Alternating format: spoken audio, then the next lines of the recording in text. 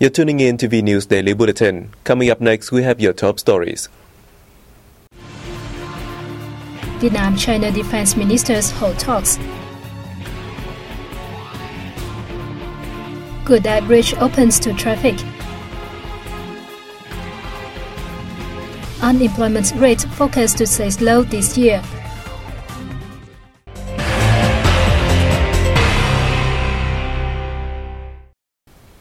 General Secretary of the Communist Party of Vietnam Nguyễn Phú Trọng on March 27 hosted a reception for Chinese Minister of National Defense, Senior Lieutenant General Chang Wan-Quan, who is on an official visit to Vietnam. At the meeting, the Vietnamese party leader highly valued cooperation and exchange activities between the two defense ministries over the past time. He asked the two sides to continue maintaining high-level delegation exchanges, effectively implementing the existing defense cooperation mechanisms, thus strengthening peace, stability, friendship and cooperation between Vietnam and China. The host urged the two sides to practically implement the common perceptions and agreements agreed by top leaders, while enhancing political trust, boosting ties in all areas, and maintaining peace and stability in the East Sea for mutual benefit and in line with international laws. For his part, the Chinese defense minister said he hopes to enhance high-level delegation exchanges and further ties in defense technology, military academics, and cross-border friendship between the two defense ministries in the coming time. Also on March 27, Minister of National Defense General Phùng Quang Thanh and his Chinese counterpart, Senior Lieutenant General Chang Wan-Quan, candidly discussed the sea dispute that has affected relations between Vietnam and China. The two ministers stressed that the two sides will continue to handle the issue through peaceful and friendly dialogues and on the basis of regulations and mechanisms defined by international law, including the 1982 UN Convention on the Law of the Sea. They agreed the two sides will exert all-out efforts to seek fundamental and long-term solutions acceptable to both sides, seriously abide by common agreements and perceptions reached by the two countries' high-ranking leaders, strictly observe the principles and spirit of the Declaration on the Conduct of the Parties in the East Sea, and work towards a code of conduct in the East Sea. The two defense ministers shared the view that the two armies should restrain themselves, well control the situation, avoid conflicts, and not threaten to use force in order to protect peace, stability, collaboration and the interests of the two countries, the region and the world. At the same time, the two sides will strengthen the bilateral affiliation in a pragmatic, effective, stable and sustainable fashion, thus making defense cooperation one of the pillars of the traditional solidarity and friendship between the two countries. On this occasion, the two ministers witnessed the signing of a memorandum of understanding on cooperation between the two defense ministries in the field of United Nations peacekeeping missions. The same day, Senior Lieutenant General Ngô Xuân Lịch, Chief of the General Department of Politics of the Vietnam People's Army, held a meeting with Minister Chang Wan-Quan. The Godai Bridge spanning the Thu Bồn River and a coastal road in the central province of Quảng Nam were put into service on March 27 in the presence of National Assembly Chairman Nguyễn Sinh Hùng. Construction of the bridge began in August 2009 at a cost of $155 million. The bridge, measuring 25.5 meters in width and 1.48 kilometers in length, links Hội An City with Duy Xuyên and Thăng Bình districts. Meanwhile, the 24.5 kilometers coastal road runs from Duy Xuyên district to Tam Kỳ City. It was built at a cost of $64.8 million. Speaking at the inauguration ceremony, National Assembly Nguyễn Sinh Hùng urged Quảng Nam province to make full use of its advantages to boost maritime economy and build high-tech, environmentally friendly agricultural practices, while upgrading its transport infrastructure to lure more investors. The projects help shorten the route between Quảng Nam's Tam Kỳ City and Da Nang City, and its traffic jam on National Highway 1A. The bridge is also expected to facilitate the use of 40,000 hectares of uncultivated land in the province's southeastern region and support another project on natural disaster adaptation. Deputy Prime Minister Nguyễn Xuân Phúc co-chaired the second Vietnam-Laos Investment Cooperation Conference that opened in the central city of Da Nang on March 27th. At the conference, the Deputy Minister called on Vietnam and Laos to roll out mechanisms and policies to support investors in each country. The two countries should focus on implementing their bilateral agreement for 2016 to 2020, accelerating transport connectivity and hastening the implementation of the one-door mechanism. Business, for their part, need to speed up the progress of licensed projects and observe local laws, the official stressed. Lao Deputy Prime Minister Somsavat Langsavat urged the two sides to complete their administrative reforms and outline bilateral cooperation mechanisms. The two countries need to hold a joint cabinet meeting after the annual meeting of the two politburos in order to realize their agreed-upon goals, he said. He suggested Vietnamese businesses coordinate with Lao authorities to invest in projects in the spheres of healthcare, education training, agriculture and tourism. This year's conference devoted a lot of time to charting cooperation orientations for the two sides and discussing the Lao government's preferential policies for Vietnamese investors.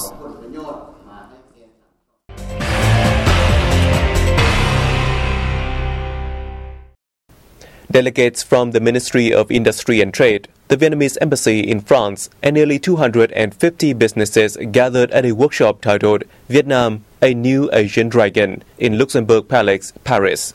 Our correspondents in France have the details. This is the first time an economic conference on Vietnam has been held on such a large scale at the Luxembourg Palace. The event is the result of effective cooperation between Vietnamese and French partners, aiming to boost bilateral economic trade relations in line with the positive political climate between both sides. The countries are also preparing for a breakthrough in business ties once the EU-Vietnam Free Trade Agreement goes into effect. In recent years, Vietnam and France economic and trade relations have made great strides in scale and quality. However, there is still room to improve. As such, our governments and assemblies are working together to boost cooperation. This conference is a significant event to help French businesses find trade and investment opportunities in Vietnam. Since Vietnam is a gateway into ASEAN markets, this is also a chance for us to strengthen our business in ASEAN as well. In order to implement our ideas, a delegation from France is expected to attend the Vietnam-France Business Forum, slated for October this year in Ho Chi Minh City. I think this is a very positive sign for the two countries. The event, which was held on March 25th, included roundtable seminars for Vietnamese businesses to showcase their strengths, particularly in rice, tea, coffee and cashew production, while their French counterparts introduced their potential in infrastructure, roads and renewable energy. Also at the event, leaders of both sides witnessed the signing of an agreement to provide support to Vietnamese and French businesses in trade and investment activities.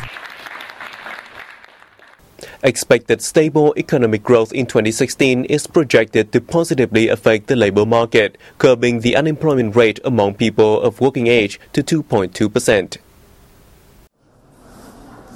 The Institute of Labor Science and Social Affairs reported following improvements last year, the outlook for the labor market is optimistic. Vietnam will have around 55.3 million people in its workforce within the next 12 months, accounting for 77.8% of the population aged 15 and above.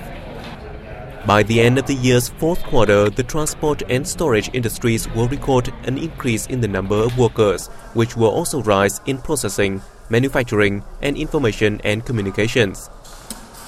Meanwhile, the figure will decline in mining, as well as agriculture, forestry, and fisheries. A recent labor market report by the Ministry of Labor, Invalids and Social Affairs showed that 53.5 million people were employed in the fourth quarter of last year, a slight rise from the preceding 3 months and a year before. Meanwhile, more than 1.05 million people, or 2.18% of the working age population, were idle during the quarter, down sharply from the third quarter, but up slightly from the same period in 2014.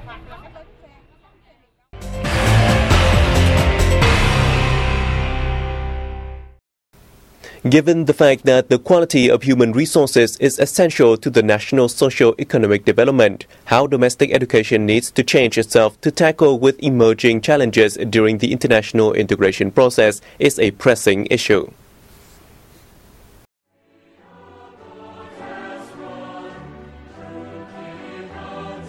Vietnam's accession to the ASEAN Economic Community on December 31st last year and the recently signed Trans-Pacific Partnership Agreement have created a new drive for the country to deeply integrate into the world economy.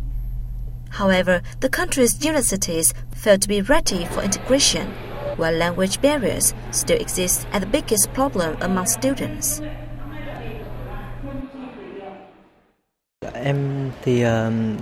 My English skills are not good, and I find it difficult to communicate in English due to the lack of practice. I'm still not fully confident about my English skills. We intend to change the curriculum. For example, 80% of the curricula for first-year students will focus on teaching English to make it easier for them to follow in later years when some of the subjects will be taught in English. Currently, there are no Vietnamese universities ranked in the world's top 500. Integrating into the big playground will require the domestic education system to focus on improving the quality of university training, especially English qualifications. Alongside this, the exchange of students and lecturers with countries in the region and across the world should be another priority. We as your companies here in Vietnam need high qualified people, staff, engineers, service technicians and so on, and we need also these partners in the companies that we can shape the future of every country. In a flat world with a deep international integration, university education plays an increasing role. If Vietnam doesn't want to lag behind, the country should proactively integrate into the global education system. Universities also need to seize opportunities offered by the international integration to affirm their prestige and brand names. In the first 3 months of 2016, the flow of visitors to Tân Trào Special National Relic Site in the northern province of Tuyên Quang has increased sharply as compared to the same period last year. This is an encouraging signal for the provincial tourism sector. Statistics shows that since the outset of this year, the number of tourists to the Tân Trào Special National Relic Site has amounted to 15,000, a year-on-year increase of 20%. The figure is forecast to continue rising as more people are expected to visit the historical sites in the coming time. To better serve visitors, the management board actively built plans to avoid the overload and collected more historical documents and objects for display at the site. Covering an area of 6,663 hectares, Tân Trào was recognized as a special national relic site in 2012. The area is home to 117 historical relic sites, where century-run ministries and agencies worked during the resistance war against the French colonists. The Tân Trào Relic Site is seen as a place to educate the spirit of patriotism and revolutionary tradition for younger generations. And that was the end of our news bulletin. Thank you for your attention. For more information, please log on to our website at www.vietnamplus.vn. We'll see you soon.